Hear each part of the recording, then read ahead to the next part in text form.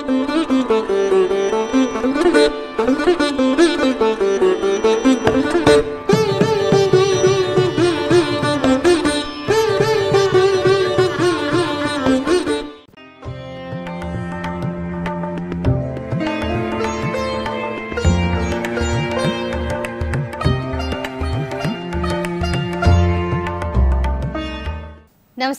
గ్రామీణ ఆరోగ్యం కార్యక్రమానికి జై కిసాన్ ప్రేక్షకులకు స్వాగతం.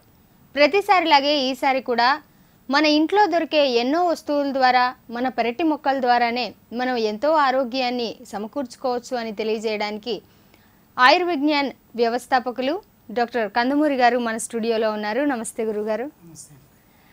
సార్, ప్రతిసారిలాగే ఈసారి కూడా మీరు పెరటి మొక్క గురించి మాకు చెప్తామని చెప్పారు. అయితే ఈరోజు ఏ మొక్క గురించి తెలియజేస్తున్నారు? మామిడి చెట్టు గురించి తెలుసుకుందామండి. ఓకే, మామిడి చెట్టు ప్రాముఖ్యాన్ని ముందుగా మా జై కిసాన్ ప్రేక్షకులకి వివరిస్తారా? మామిడి చెట్టు అంటే తెలియని ఎవరు, పిల్లల దగ్గర నుంచి అందరికీ తెలుసు. తెలియని వారంటే ఎవరు ఉండరు. కవుల దగ్గర నుంచి అందరూ కూడా మామిడి చెట్టును వర్ణించకుండా ఉండలేరు. ఎందుకంటే దాని అందం అలాంటిది.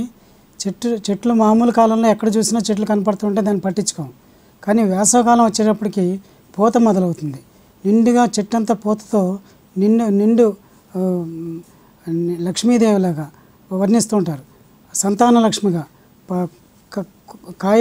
కాసే టైంకి కాయలన్నీ చూసి అందంగా సైజుని బట్టి, ఆ రంగుని బట్టి చెట్టుకు మరింత అందాన్ని ఇస్తుంది. కాబట్టి సంతాన లక్ష్మితో పోలుస్తుంటారు ఈ మామిడి చెట్టుని. అయితే ఈ అందాంతో పాటు ఎన్నో ఔషధ గుణాలు, వేరు దగ్గర నుంచి చివరికి ఆకుల వరకు కూడా ప్రతి భాగానికి ఒక ఔషధ గుణం ఉంది, 2-3 గుణాలు. దాని గురించి తెలుసుకుంటే ఆశ్చర్యపోతాం.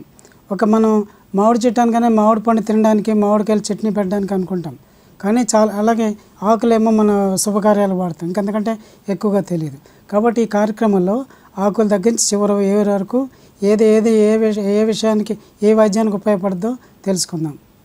ఓకే అండి గురుగారు, మనం చాలా వరకు మాట్లాడుతూ ఉంటాం మామిడికాయలు, మామిడి పండ్లు, ఇవి తప్పితే మామిడి చెట్టు గురించి పెద్దగా ఎవరికీ తెలియదు. అయితే ఈ మామిడి ఆకులు ఆరోగ్యాన్ని బాగు చేసుకోవడంలో ఎలా ఉపయోగపడతాయి? ఆకుల గురించి అందరికీ తెలుసు. శుభకార్యం అనగానే మామిడి తోరణాలు కడతారు ఇంటికి, గుమ్మాలకి. అలాగే పెళ్ళిళ్ళు అనగానే పందిట్లో మామిడి తోరణాలు కడతారు. అందానికి చూస్తుంటారు. పచ్చని ఆనందకరమైన, ఆహ్లాదకరమైనటువంటి ఆ వాతావరణం క్రియేట్ చేస్తుంది. కాబట్టి ఆ వాసన అంతవరకే ఆలోచిస్తారు. కానీ ఈ ఆకుల్లో ప్రత్యేకమైన గుణం ఏంటంటే, మనం నలుగురు గుమ్ముకూడినప్పుడు సహజంగా పెళ్లి సందడి అనేప్పటికీ 100 మంది వస్తుంటారు. చాలామంది వాళ్ళ స్తోమతను బట్టి ఎంత లేదనుకున్నా 10, 20, 100, 200 మంది పోగుపడుతుంటారు ఒక చోట. అలాంటప్పుడు ఏమవుతుందంటే కార్బన్ డైఆక్సైడ్, మనం పీల్చిన గాలి, వదిలిన గాలి ఇవన్నీ కూడా కలుషితం అయిపోతే ఆక్సిజన్ అంతా కూడా పోతుంది. ఊపిరి అందదు నలుగురిలోకి వచ్చేవాడికి. కొంతమందికి హార్ట్ డిసీజ్ ఉన్న వాళ్ళకి అసలు అందదు, కూర్చుండిపోతారు, అసలు అలాంటి చోట్లకి రాలేరు. అలాంటి మామూలు ఆరోగ్యంగా ఉన్న వ్యక్తులకి ఊపిరి అందని పక్షంలో డిసీజ్ ఉన్న వ్యక్తులు, ఎవరు వ్యాధి ఉన్న వాళ్ళు రాలేరు అక్కడికి. అలాంటప్పుడు ఈ మామిడాకులు ఎంత గమ్మత్తు అంటే కార్బన్ డైఆక్సైడ్ని పీల్చుకుంటాయి, ఆక్సిజన్ మనకు అందిస్తాయి. అంచేత వాతావరణాన్ని శుభ్రం చేసే శక్తి ఈ మామిడి ఆకులకి స్పెషల్గా ఉంది. కాబట్టి ఇంకో ఆకులు అయినా కట్టచ్చు కదా, గ్రీన్గా ఉంటాయి కానీ. కానీ మామిడి ఆకులనే సెలెక్ట్ చేసుకుంటారు. శుభప్రదయం అంటారు సాంస్క్రిట్లో, మన వేదకాలం నుంచి. శుభం అంటే ఓ రకంగా అంటే మన ఆరోగ్యాన్ని ఇచ్చేది శుభం. అదే మనీ దృష్టిలో కాకుండా, సంపద కాకుండా ఆరోగ్యాన్ని ఇచ్చేది. కాబట్టి శుభప్రదం అంటాం. శుభప్రదమైంది కాబట్టి మనకి ఆక్సిజన్ ఇచ్చే, మన జీవాన్ని కాపాడేది. కాబట్టి ఈ ఆకులకి ప్రత్యేకంగా ఈ శుభకార్యాల్లో, ప్రత్యేకించి పెళ్ళిళ్ళలోని, ఈ ఫంక్షన్స్ అన్నింటిలో, పూజా కార్యక్రమాల్లో కూడా దగ్గర ఆకులు పెడుతుంటారు. ఆ గాలి శుభ్రపరుస్తుంది, వాతావరణాన్ని, పొల్యూషన్ని శుభ్రపరుస్తుంది. అంటే ఇంత పొల్యూషన్ అయినా 20వ శతాబ్దంలో ఇంత పొల్యూషన్ ఎక్కువైపోయి ఓజోన్ పొర కూడా చిల్లిపడిపోయేంత పొల్యూషన్ మన మనిషిని మనే క్రియేట్ చేసుకుంటున్నాం. ఇలాంటి స్థితి నుండి కూడా మనల్ని రక్షించేది ఈ మామిడి చెట్లే. ఈ మామిడి చెట్ల ఆకులు గుబురుగా ఉంటాయి, చిన్న చెట్లకి కావు, చాలా పెద్దగా పెరుగుతుంటాయి. ఆకులు కూడా వేలకు ఉంటుంటాయి. దీనివల్ల ఇలాంటి చెట్లు పెంచడం వల్ల చాలా మనకు ఆక్సిజన్, మనకి వాతావరణానికి మనకు అందుతుంది. ఈ పొల్యూషన్ కూడా త్వరగా కంట్రోల్ చేయడానికి అవకాశం ఉంది. అంతేగాని మనం తయారు చేసుకున్న విషయాల నుంచి మనం బయటపడడం కూడా కష్టమే. ఇలాంటి సృష్టిలో ఉన్నాయి కాబట్టి ఎంత మనకి అపకారం చేసే విషయాలు మనం చేస్తున్నా సరే వాటి నుండి మనల్ని కాపాడుతున్నాయి ఇలాంటి మొక్కలు. అంచేత మామిడి ఆకులకి ప్రత్యేకించి ఆక్సిజన్ ఇచ్చే గుణం ఉంది. అవి కార్బన్ డైఆక్సైడ్ మనం వదిలేసే కార్బన్ డైఆక్సైడ్ పనికిరాని విషవాయువుని అవి పీల్చుకొని అవి మనకి ప్రాణాన్ని ఇచ్చే జీవశక్తిని ఇచ్చేటువంటి ప్రాణవాయువుని మనకు ప్రసాదిస్తున్నాయి. అంత గొప్ప శక్తి వాటిల్లో ఉంది. అంతేకాకుండా ఈ మామిడి ఆకులతో అనేక యోగాలు చేయొచ్చు. పూర్వం నుంచి సిద్ధ వైద్యులు కూడా ఈ చూర్ణాలతో చాలా చిన్న సింపుల్ మామిడి చెట్టు ఎన్నో వేల ఆకులు ఉంటాయి. ఒక ఆకు 2 ఆకులు తెంచుకోవడం లేదు, అన్నీ మనకు ఉపయోగపడే చెట్లు, మన శ్రేయస్సు కోరేవి. ఆకుల్ని ఎలా ఉపయోగించాలంటే లేత ఆకుల్ని, లేత సహజంగా మనకు అందరికీ తెలిసింది ఒకటి ఉంది, మన కోయిల పాటలు పాడుతుంటుంది, కోత కోస్తుంటుంది పొద్దున్నే విలేజెస్లో. చాలా అందమైన మ్యూజిక్, అది న్యాచురల్ మ్యూజిక్. మామిడి చిగురు తింటేనే అంత గొంతు బాగుపడుద్ది, కోత వస్తుందని చెప్తారు. అట్లానే ఆ మామిడి చిగురు మనం తిన్నా సరే మన గొంతు బాగుపడుతూ ఉంటుంది. కఫాన్ని కట్ చేసే గుణం ఉంది, వగరు ఉంది దాంట్లో. అలాగే ఈ మామిడి చిగురు రోజు నవ్వులుతుంటే గాయకులకు కూడా ఫ్రీగా కంఠం బాగా వచ్చి బాగుపడే స్థితికి రావడానికి అవకాశం ఉంది. చాలామంది తింటుంటారు చాలామంది. అయితే దగ్గరలో ఉండడానికి ఎవరికి ఆస్కారం అంటే గ్రామీణులకే దగ్గరలో ఉంటుంది. అది మన ఈ సిటీస్లో అది కావాలంటే చాలా దూరం పోవాలందుకని మనం ఏం చేయలేం. అయితే ఇదే మామిడి ఆకుల్ని ఎండబెట్టి నీడలో చూర్ణంగా చేసి ఆ చూర్ణాన్ని ఒక చెంచా పౌడర్ చొప్పున ఉదయం సాయంత్రం తీసుకుంటే నీళ్ళ విరోచనాలు కట్టాడిపోతాయి. డయేరియా అంటే ఈ కాలంలోనే ఎక్కువ వస్తుంటుంది. అంతేకాకుండా గ్రహణి, జిగుట విరోచనాలు, రక్త విరోచనాలు ఇవన్నీ తగ్గుతాయి. దాంతోపాటు షుగర్ వ్యాధి కూడా అదుపులోకి వస్తుంది. చాలా చీపెస్ట్ మెడిసిన్ అనమాట. షుగర్ వ్యాధికి ఎన్నో కనిపెడుతున్నారు ఇప్పుడు కూడా. కానీ అదుపులోకి రావడానికి ప్రధానంగా ఏంటంటే మనం చెప్పుకునే ప్రాథమిక చికిత్సలు, ప్రాథమిక దశలో ఉన్నప్పుడు వ్యాధిని ఎఫెక్టివ్గా కంట్రోల్ చేసేవి విలేజెస్కి దగ్గరలో ఉన్నాయి, ఆడవాళ్ళకి అందుబాటులో ఉన్నాయి. ఈ మామిడాకుల చూర్ణాన్ని తయారు చేసి రోజు ఓ చెంచా ఉదయం రాత్రి నీళ్ళతో మింగుతుంటే ఇంకేం అక్కర్లేదు, దాంట్లో ఏమి కలపక్కర్ల. షుగర్ వ్యాధి స్టార్టింగ్ స్టేజ్లో అంటే బోర్డర్లోకి వచ్చినాయి, కొద్దిగా ఎలివేట్ అయినవి అవన్నీ కూడా దారిలోకి వచ్చేస్తుంది, అదుపులోకి వచ్చేస్తుంది. ఎవరు చేసినా పెరిగినా తగ్గినా బోర్డర్లో ఉన్న ఏ డాక్టర్ దగ్గరికి వెళ్ళినా అదుపు చేయడమే కానీ దీని కంప్లీట్ క్యూర్ అనేది లేదని చెప్తున్నారు. కాబట్టి ఈ ప్రాథమిక స్థితి నుంచి కూడా ప్రాథమిక వైద్యాన్ని వంటింటిలా చేసి ఈ వైద్యంతో మనం హాయిగా బతకొచ్చు, షుగర్తో పాటు హాయిగా మనం కూడా జీవించవచ్చు.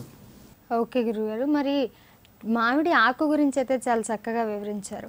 అయితే మామిడి పూత, నిజానికి ఇది పిల్లలు చాలా వరకు పూత వచ్చింది అంటే ఆడుకుంటారు అంతే తెలుసు. చాలామంది పిల్లలు దాంతో ఆడుతూ ఉంటారు.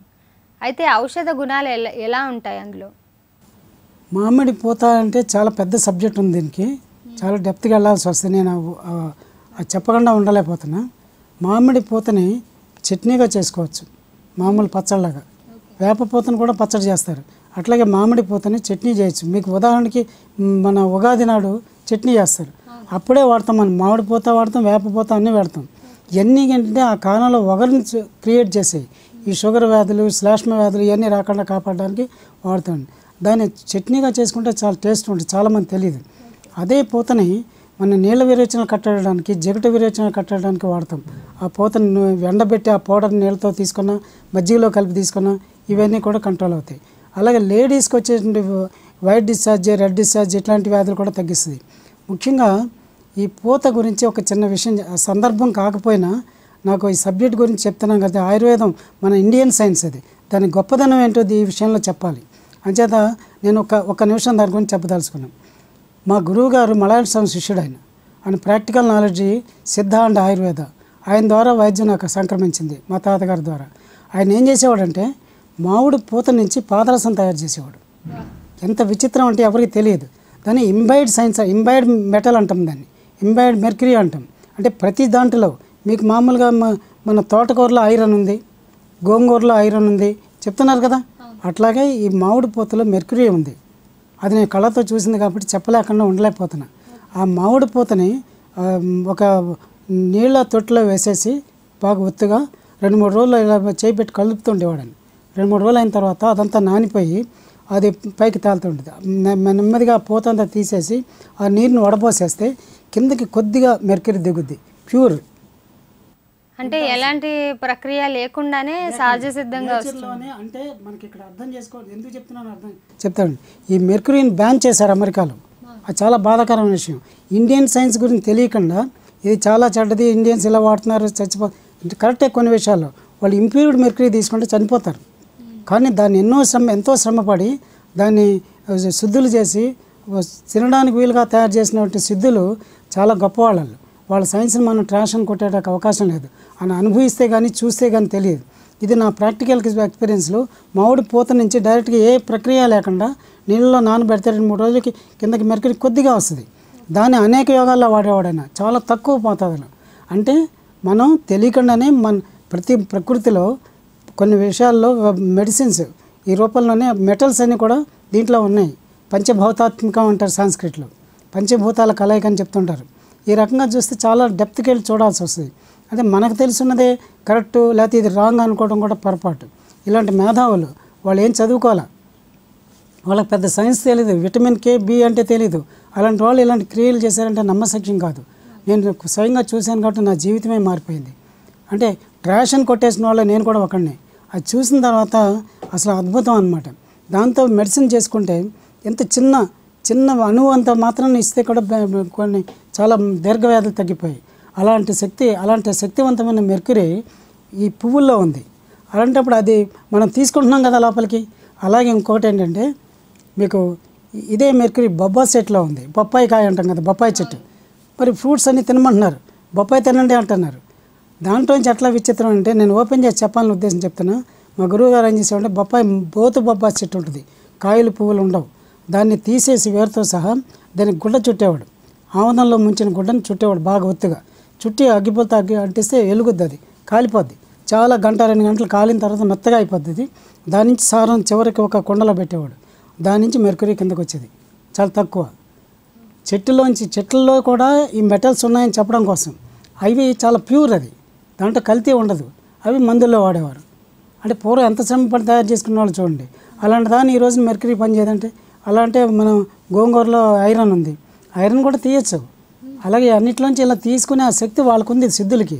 అలాంటి సైన్స్ని డెవలప్ చేసిన ఇండియాని ఎంతో ఇక్కడి నుంచే అందరూ దోచుకెళ్ళారు. ఒక రకంగా చెప్పాలంటే విజ్ఞానాన్ని కానీ ఆర్థికంగా ఏదైనా బంగారం కానీ 17 సార్లు దండయాత్ర చేసామంటే గజనీ బొమ్మద్ది ఊరికనే కాదు.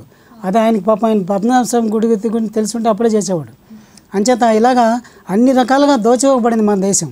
మన దేశం విలువేంటో తెలియాలంటే ఇలాంటి వాటిని ట్రాష్ అని కొట్టేయకుండా ఇప్పటికైనా ప్రభుత్వం కానీ ఎవరైనా చాలా గవర్నమెంట్ కాలేజీలు పెట్టారు, చాలా నిధులు ఇస్తున్నారు. ఏం చేస్తున్నారు? ఇలాంటి వాటి మీద ప్రయోగించండి డెవలప్ చేయడానికి సైన్స్ని. అంతేగాని సైన్స్ని ఏ సైన్స్ అయినా ఒకటే, విజ్ఞానం ఎక్కడైనా ఒకటే. అందరి సొత్తు, అందరి బాగు కోసం, అందరి ఆరోగ్యం కోసం పుట్టింది ఇది. అంచేత ఇండియన్ సైన్స్ గొప్పది, అమెరికా సైన్స్ తక్కువ పని అని, ఈ ఇండియన్ది తక్కువ అమెరికా ఎక్కువ అని అనుకోవడం తప్పది. మన అజ్ఞానానికి నిదర్శనం ఇదే. మీరు చూడొచ్చు ఈ మామిడి పూతలో అంత శక్తి ఉంది. అంటే రసాయనము అనే పేరు పెట్టారు.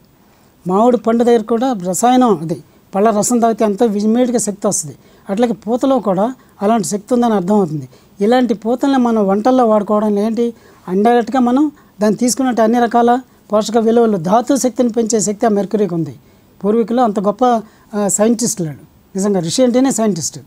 అలాంటి విజ్ఞానాన్ని ఇంకా డెవలప్ చేయడానికి పోయి అణగదొక్కడానికి ప్రయత్నం చేయొద్దని నా మనవి. అలాగే ఆయుర్వేదం చదువుకున్న వాళ్ళు కూడా ఆయుర్వేద వైద్యమే చేయండి.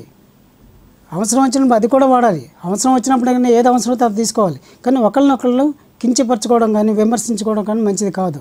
గ్రామీణ ఆరోగ్యం కార్యక్రమంలో ఇప్పుడు వచ్చిన విరామం.